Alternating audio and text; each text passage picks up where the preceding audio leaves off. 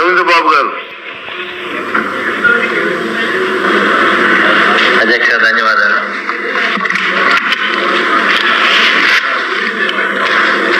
మరి పల్నాడు జిల్లా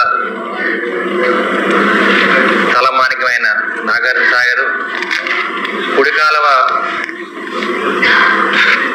ఆంధ్ర రాష్ట్రం మొత్తం కూడా దాదాపు 136 కిలోమీటర్లు సాగునీరు అందిస్తుంది. దాదాపు దర్శి దాకా గుంటూరు మేజరు, అద్దంకి మేజరు, అదేవిధంగా చిలకపేట మేజరు ఈ విధంగా సాగునీరు అందిస్తూ ఉంటుంది. మరి 2014, 2019లో ఆనాటి ముఖ్యమంత్రి గౌరవనీయులు నారా చంద్రబాబు నాయుడు గారు 5,000 కోట్ల రూపాయలతోటి కాలువల మొత్తాన్ని కూడా ఆధునీకరణ చేయడం జరిగింది. తర్వాత 2019, 2024లో నాగార్జున కుడి కాలువ మరి పారుదల కూడా ఎవరు పట్టించుకోదు అధ్యక్ష. ఆనాటి ముఖ్యమంత్రి జగన్మోహన్ రెడ్డి గారు వ్యవస్థను ఏ విధంగా పాడైపోయినో దాని నిదర్శనం మరి రైతులకి ఉపయోగపడే మరి వ్యవసాయాన్ని పూర్తిగా నిర్వీర్యం చేయడం జరిగింది.